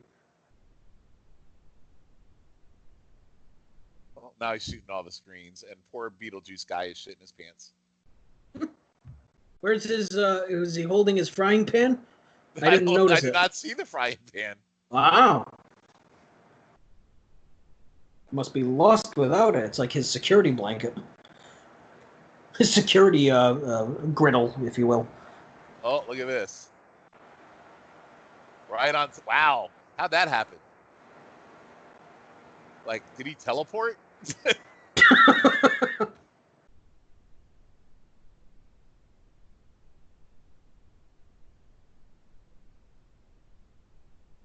So this guy is like the Empire from Star Wars, right? The Emperor. Right. Yeah. Pretty much. Everybody keeps calling him some synonym of a Neanderthal. He just got called a Cro-Magnon now. Enjoy your moment of prehistoric bravado. Yeah. I'm really getting sick and tired of all these nicknames. Oh, you think I'm old now? Wait till the sequel. You call me prehistoric one more time, there's going to be some problems. And he keeps getting fined. And he passes out. The poor fat guy just passes out. I don't know what the hell. And he wears socks with his sandals. You know what? He deserves to pass out. Yeah, what outfit is that guy? He's wearing a kimono too. Must have been very chic in San Angeles. Yes. Now notice Stallone not wearing a hat, hasn't worn a hat since one. And now since the rest of them that don't scene. either. The rest of them don't either. I do like the John Lennon glasses they wear though. Yeah. Those are cool glasses. And everybody in the police department wears them. Something tells me John Lennon wouldn't be this violent, but, you know. Well, unfortunately, John Lennon's not alive in this year. In real life or when this was made. Yeah. Oh, so now they're going to go and find the cave dwellers or the underground dwellers in Phoenix.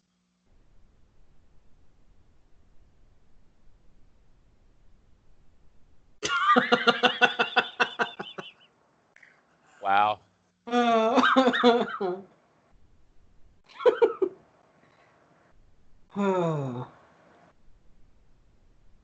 Huxley had a bit of a mismatch of words there. She says, and I quote, let's go blow this guy. And, well, that's not what you say at that point in time. Well, it's good to know in 1993 people still understood sexual innuendo jokes. So. Now, how would that work with the helmets? I mean... well, I would imagine it would be the same thing. You know, when you had the helmet on, you saw the flashes of her face and all that stuff. Maybe it's a flashing of her performing that. Ah. And him must be on a different disc or something. And him making really awkward faces at the same time. I'm never gonna get. I'm gonna have nightmares tonight about that face.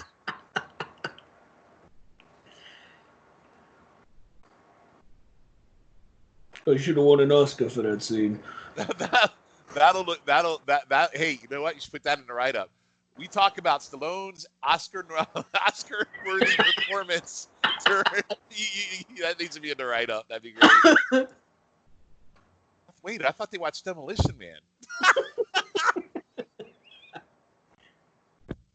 All right, so it smells down here in the sewers. Oh, weird. Big shock. Smells in the sewers. Who knew? Big shock there. Oh, but we do get hamburgers on the grill. Ah. He wants a burger and a beer. Who could blame him?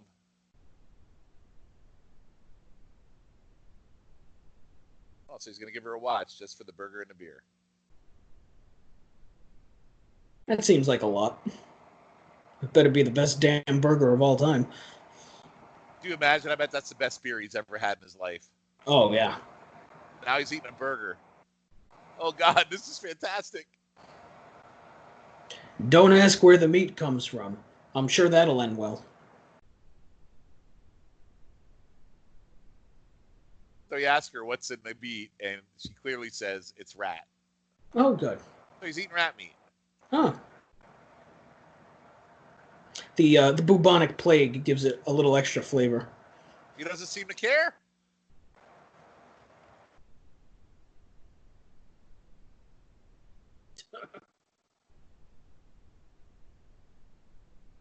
Yeah, John Spartan doesn't care if it's a rat burger. He's got his burger and beer. And he freaking just devoured that thing in like 2 swallows. Well, as you would if you haven't had a burger in 35, 40 years. I mean, Well, and if I were Sylvester Stallone. Actually, I could devour a burger in 2 bites too. Who am I kidding? I could get a Taco Bell burrito in 3 bites.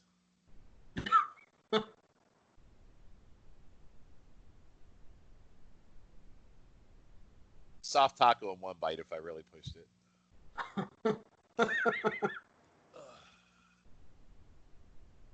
So how do they get this car underground in the sewer? oh, that's a hell of a question. And let alone a 70 Oldsmobile. So the only thing I can think of is, first of all, it's in great shape, number one. It wouldn't look like that if it was underground for all these years. The only thing I always thought about this scene is that this is what, like, the old Los Angeles was, and they built the new one on top of it. Oh, yeah, so, like, this collapsed down, maybe? And this was, Right, yeah, during the earthquake. That's what I always thought. Yeah, that makes sense. Or they shrunk it like they did the Taco Bell food at the restaurant with some kind of shrink ray.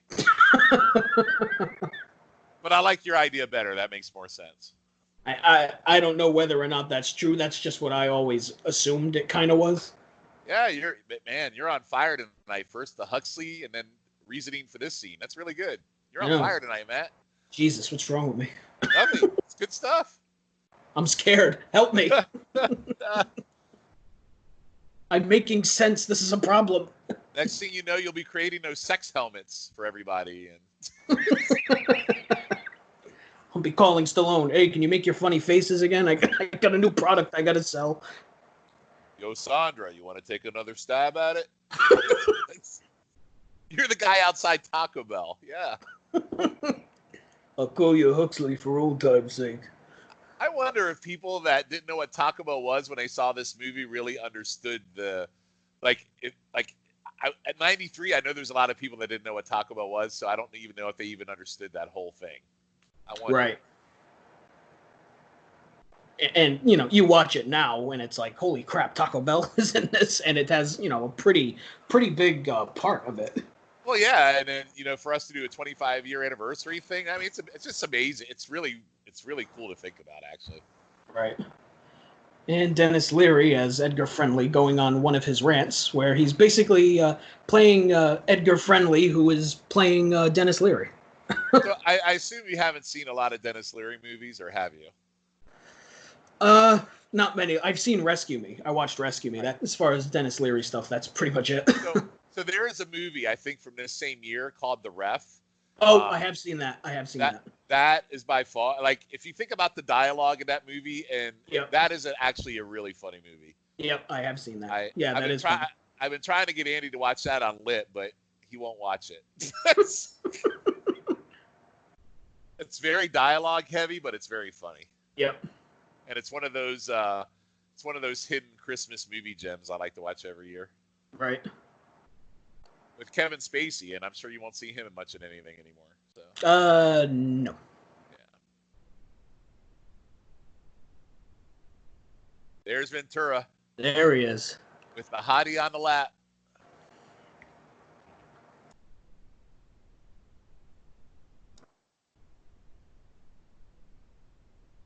What was it like filming Demolition Man, Jess? Well, I gotta tell you, Gorilla, it was great. They dressed me in all kinds of Mad Max gear, and you know at this time it would have been WCW. So I know I get a lot of shit because of certain stances on matches at WrestleMania 3, right?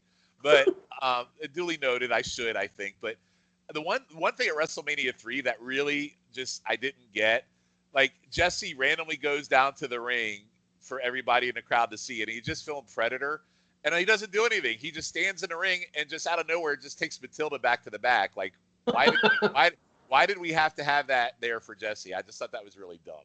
So something that's always bugged me, and I just picked now to say it because it's apropos. So. I mean, Jesse Ventura's on the screen. There's either you talk about him or you do the impression of his voice. Those are the only two things. Well, it's true, and I don't know next time I'll watch, unless one day somebody does Predator on this damn thing, which I hope they do, but you'll never get a chance to talk about Jesse ever again. Or Running Man. I don't see anyone doing Running Man. But. Well, let me tell you, if nobody picks Running Man, I'm picking Running Man, and I'm getting a group together to watch it. I'll watch Running Man. But God. But if you think about Jesse's movies, they're all similar themed. It's Running Man, or like they're all alien futuristic shit. Right. Which was a good call on his part because he got some good parts in some good movies. Oh, yeah. And then he became the governor. I like wearing the fancy clothes in the future, Gorilla.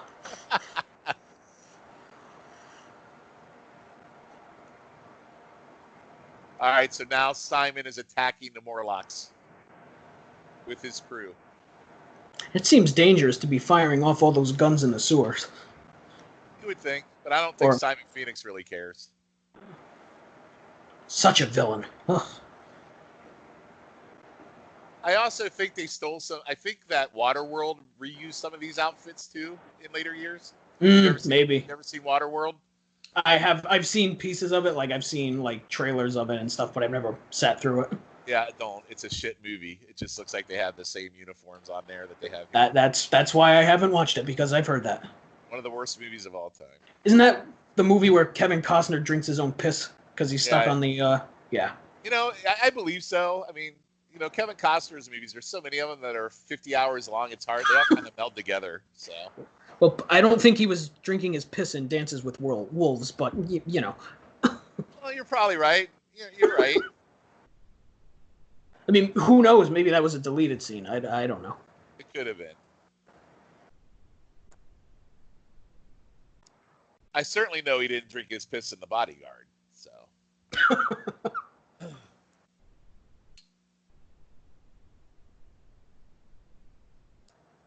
So another interest. So Simon, I like Simon's Sting haircut.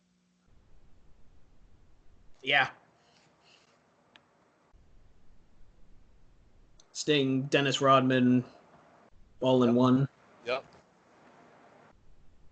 Actually, Dennis Rodman framed his haircut after this movie. I did read that. Really? Yeah. His haircut was based on Simon Phoenix. I did read that. Oh, that's how they got the car down there. There was a elevator somewhere. We just answered our own. You just answered. Well, that's the great thing. It answers the questions you need to know. Except we'll never find out about the seashells.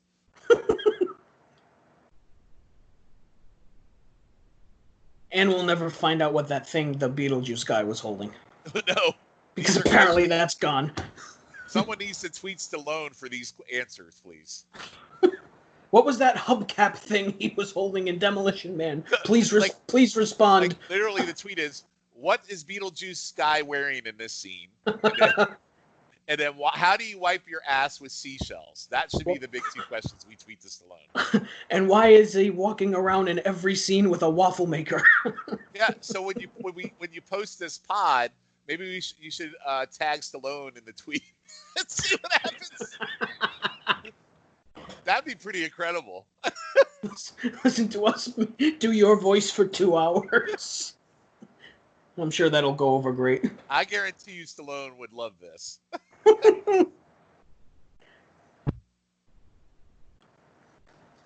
We've got the car chase now, because every action movie needs a car chase. I call this the trope. Trope car chase. And she has no idea what to do because she doesn't know how to drive a regular car. She doesn't know how to drive a car. That car, I should say. Well, to be fair, cars in the 70s, tough to drive. No power steering or anything like that, but... Right.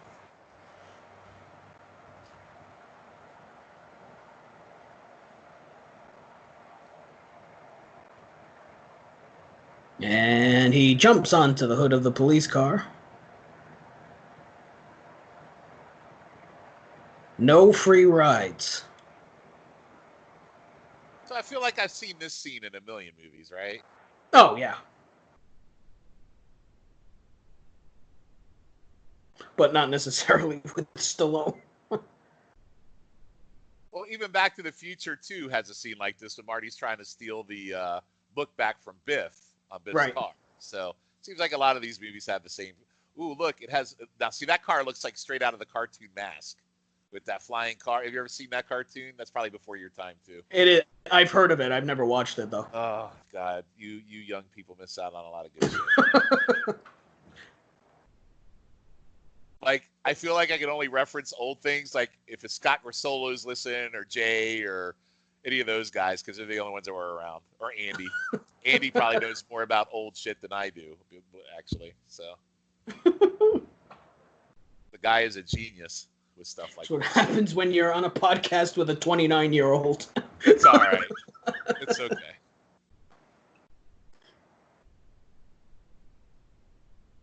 And Simon Phoenix gets thrown out of the car onto the highway. And he's not dead, of course. No, why would he be? And no car ran over him. Still got plenty of movie to go. He can't be dead yet. Yep. And the auto drive in the cop car is not working. Oh, now it is.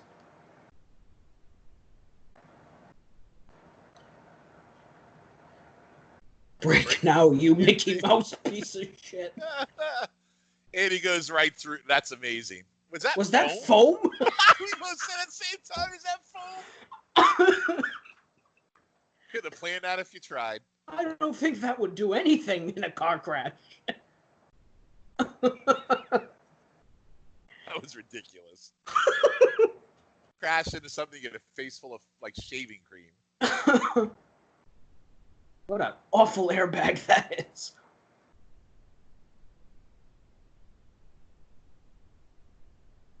Looks like that Nickelodeon stuff you used to buy, like in the plastic that you like make shapes out of. I forgot the name of it.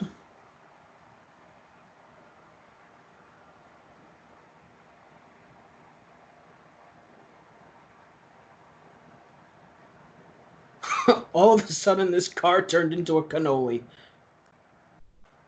Oh, it's secure foam, and it saved his life. Wow. Interesting. Secure foam. I don't know. I'm a little leery on the secure foam method. I don't think that would work. I think I'm with you on that. Oh, now this asshole is gonna get you. You caveman, you're under arrest.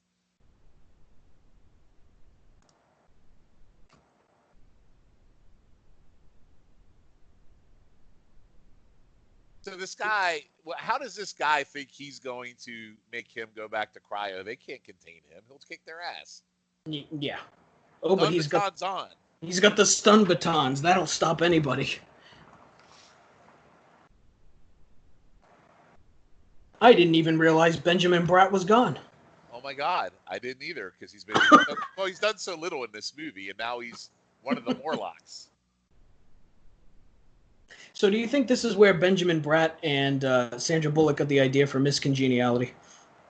You know, it's possible. It's possible. Either that. Well, what year did that come out? 94 or later? No, it had to be later. That might have been like 2000 or something.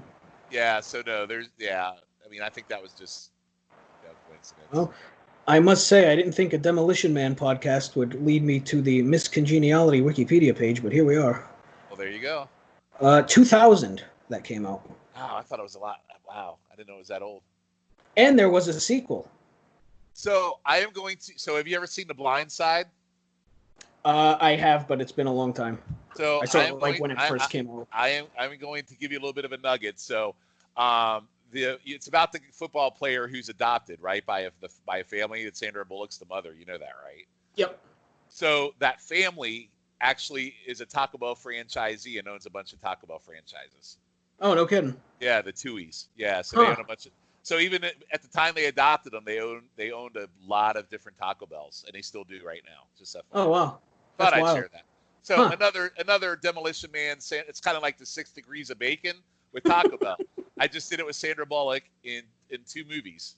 So she's got 2 movies with Taco Bell ties to it. I can't top that. Oh And my God, Jesse Ventura kills Cocteau. Jesse Ventura gets to kill somebody in this movie because Simon Phoenix can't kill this guy. And that was a brilliant strategy by the part of Phoenix, by the way. Since he couldn't do it, make the body do it. And then throw him into a fire. And Beetlejuice guy is shitting his pants. Start breaking out that Deo now. I'm an excellent. So now he's kissing Simon's ass so he could be his right man.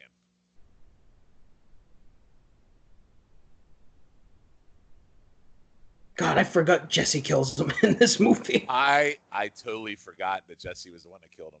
Me too. God, that's great.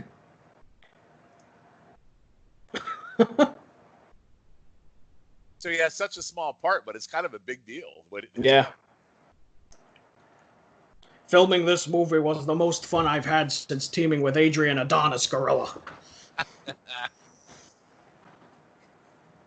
Was he in I assume I guess he was in WCW at the time this came out, right? Or was he fired yet?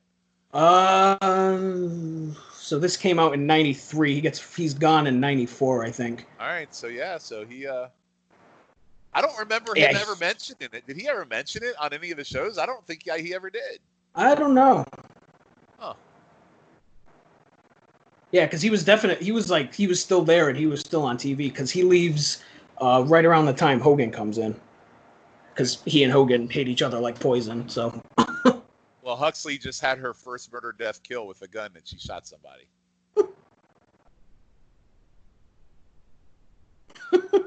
She's ready to go back and mind sex with Stallone after it. Where'd you learn to kick like that? Oh, Jackie Chan movies.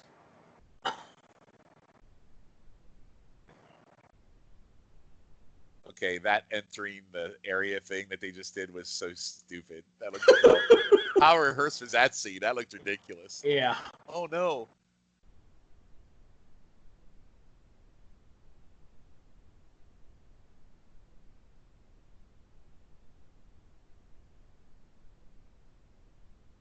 I really like those pants on Sandra Bullock. Who wouldn't, quite frankly? Good Lord. And the boots. The boots and the pants are great. And Stallone dressed as G.I. Joe is always good. Great line from Huxley. Most of these guys don't even like their own mothers. Well, one of many great lines that have been in this movie by whoever wrote this. Right. You know, the other good thing about this and the dialogue, you know, we watch these with closed captions on, right? So the dialogue is so simplistic, you don't have to keep up with it so much as you normally do when you do other movies. It's a big win. We picked a good one tonight. And Stallone shock sticks Sandra Bullock so that she does not get in trouble here, because we're coming up on the final showdown. So I guess Simon's here. He's going to release all the bad eggs. Is that? Oh, he's going to release Jeffrey Dahmer. Well, that's probably problematic. Well, I think that's his plan. He's going to release all the bad dudes and Yeah. take control of the world. I wonder if Terrifier is any of these, or Pennywise, or any of those good. Oh, Mike Myers. How great would that be? I hope in the sequel they release all those good badasses. Just line up a bunch of cameo appearances. Yeah. There's Jason. Look, it's Freddy. It's. Well, I can't imagine it would be hard to line up, you know, the mask guys. You could just throw anybody in the mask. Yeah, right. But how great would it be to watch Stallone kill off, like, Mike Myers?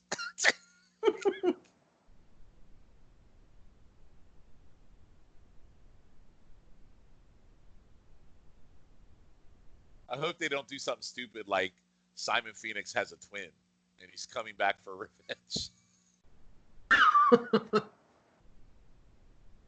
I mean, would you put it past the sequel to bring Simon Phoenix back somehow? They're gonna bring his twin brother Earl Phoenix. Earl Phoenix. Earl Phoenix. Schuster Phoenix, his twin brother. Oh, and there's the trophy gun dive. We see the that dive, the roll into the wall. Dive roll that we see in all these movies. That guy has worn a kimono throughout the whole movie. What an easy role this guy had, right? I mean, he has to be nervous. He doesn't have his security waffle maker or whatever that is. I feel bad for him because Stallone's shooting at the poor guy, and he hasn't really done anything wrong. He's just a scaredy cat, you know? Think of what that piece of metal could do now. It could save him from a bullet. Yep. And he doesn't have it. The one time he forgets it at home. So what's amazing is Simon actually took a moment to yell at the fat guy for running away and asked him, "Where the fuck are you going? Like, you expect him to stick around?" He's not trained for that. He's on his way to find Winona Ryder to go back to Beetlejuice. Yeah, Stallone's in a little bit of a trouble here. Yeah, he's in the clutches of that claw thing that I think moves the blocks of ice, I'm assuming. And that is one big remote control Simon has in his hand. That's huge. It was the 90s. Everything was bigger then. It's like one of those big car phones that people used to have. Jesus. And he's just randomly shooting, and he's a terrible shot. He's shot like 100 shots, and he's missed Stallone every time. I mean, he's a villain in an action movie. Aren't they all terrible shots? Well, I know, but Stallone's like right in front of him. You don't get better shots. Look at this. This is the most ridiculous thing ever. And then he blames it on the gun. So remember, he was programmed in a cryo chamber to be the ultimate killing machine, but he can't hit Stallone He can't. from 2 feet away. Amazing. They gave me the programming to kill, not to aim well.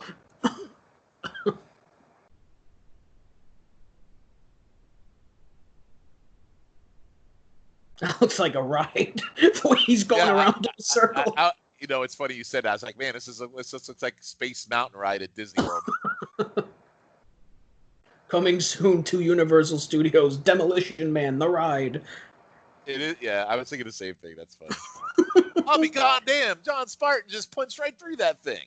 Oh, now he's Tarzan going across. And there's the trophy wire hanger, the wire swing. So I'll be honest. There's a lot of shit happening in this movie right now, and we're not doing it justice. It's just happened. There's a lot going on. There's so much going on. Now we're shooting lasers. We swung from wires. I mean, there's ice everywhere. There's batshit crazy stuff going on here. Now he's shooting a laser gun.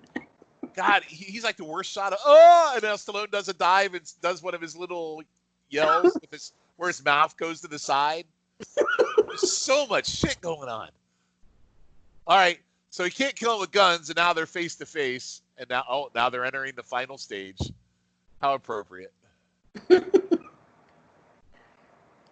Is it cold in here, or is it just me? And the whole time this is going on, that beret has not moved. No.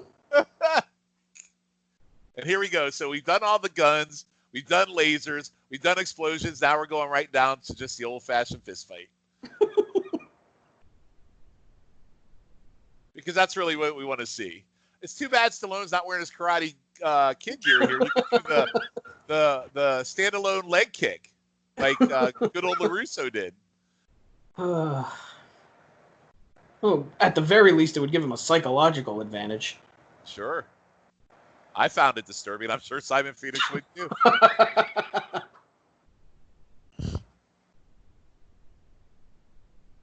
Man, Simon just whooping a bunch of ass on him. Stallone with his best Rocky moves throwing those punches.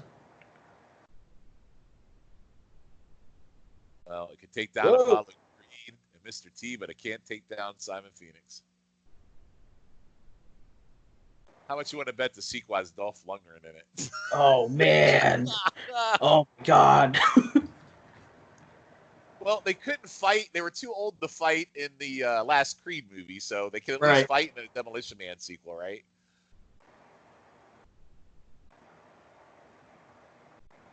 Although Stallone's getting up there. How much more of this shit can he do? I mean... I don't know. Oh, here we go. This is awesome. Yep. This scene right here is badass. Freezes the ground. It travels up Simon Phoenix. So great. And he jumps up and he misses it. Okay, so that looks a little cheesy, but anyway. Simon Phoenix is getting frozen, and he gets cracked in his head falls off. That is such a great death. That is so great. Oh. And his head explodes into a million pieces. And of course, there's red in it, so you see the blood. That was really well done. That was an excellent death. He ain't coming back in the sequel from that. And now he needs to escape the building, of course, because every evil lair has a self-destruct sequence. Yeah, this whole final. Oh, and there's the running fire scene again. We saw it earlier. We're doing it again, and with the Stallone yelling. Patented Stallone face. I wish we had Simply the Best from the Karate Kid playing in the background right now. That would be great. All right, so we're back right where we started with him blowing up another building. We've come full circle. Oh, the cryo prison is also history. Mr. Peanut is not happy. But now Mr. Peanuts have to go back to being a warden at the Shawshank Redemption Jail. Because that's what they're going to have to go back to.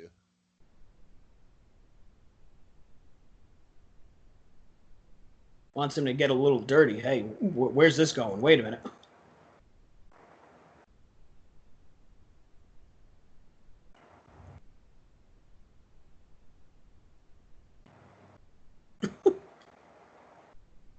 All right, so now we're having useless dialogue here. Oh, and there's Mr. Beetlejuice. Associate Bob. They finally said his name and I caught it. His name is Bob. See? Another bad name. Can we just keep calling him Beetlejuice guy? I like that much better. Yeah, it's a better name than Bob. And there's Sandra. She's so stinking cute. Thank you for rendering me unconscious. Now will you render me something else? I got my headset in the trunk. What do you want to do with it? Oh, no. He's totally... Look at this. Whoa. Whoa. There's a violation. Stallone took total liberties with her just now. And she liked it. Oh, are all fluid transfer activities like this better? Oh, my. So now he killed Simon by taking his head off, and he's going to go bang Sandra Bullock. Not a bad day. No, I'd say, it's come full circle. He's having a good day today. How's that damn 3 seashell thing work? I agree. That's a great. Someone's gonna have to tweet Stallone. I gotta know. They may just answer that question in the sequel. Who knows? Well, maybe that's what it was. Maybe that's the cliffhanger for the sequel that's coming 27 years later. You see, that's what the sequel is going to be about, because Big Seashell is going to take over the world, and there's going to be a big problem revolving Big Seashell. You watch. It's gonna be called Demolition Man Asshole Seashells. That's what that's the sequel. Anyway, amazing movie. Just as great as I always remembered. So great. Yep. As we roll credits here on this this viewing of Demolition Man, and we roll credits on this podcast. So before we wrap up, Shawn, anything you would like to plug? Sure. I got a couple things. So doing a few pods here and there so you can hear me on the great debate that's coming up at some point, which I got to do with you. So we got the luxury of doing 2 pods this week together, which was a lot of fun. Sure. The chicken salad that comes out once a month just came out last week, where Ben and Logan and myself go through some of the worst pay-per-views of all time. The first one we did, and we try to make chicken salad out of chicken shit. First one we did was Great American Bash 91. The next episode that will be out probably in the next few weeks, because we do it once a month, will be King of the Ring 95. So look forward to that one. And then you can hear me on the Highway to the Impact Zone. I am one of the rotating Impact 6. So you can hear me on there, the pods every 2 weeks. So I'll be on there once a month, maybe every 2 months, depending on how the rotation goes. And then I am also currently working on a little something behind the scenes that hopefully I can make an announcement on in the next couple weeks. Another pod possibly for the wrestling feed. So that's where you can find me. All right, awesome. So Shawn mentioned I was on that podcast, Great Debate with him. That's probably coming out sometime in the near future. I will be on the next episode of Highway to the Impact Zone. I will be on episode 2. We looked at the first edition of Impact from 2004, and then weekly pay-per-view 98, I believe it was, right, Shawn? 98? Correct. Yep. All right. Wow, I got that right too. Man, I'm Yeah, on fire. the first one was 97, so it's definitely 98. That's right. Okay. That would make sense. And you can check out Jenny and the Gems as well. I'm on that. I am one of the Gems. Last episode was a grab bag episode. We each picked a match from the Hidden Gems section on the WWE Network, and we watched it. We talked about it. It was a grand old time. So, for that, once again, my thanks to Shawn Kidd for joining me tonight. Shawn, thank you. No, I had a blast. Thanks for having me. This was a lot of fun. Great. And thus concludes another episode of Piece of the Action. Thank you all for listening, and we'll catch you next time.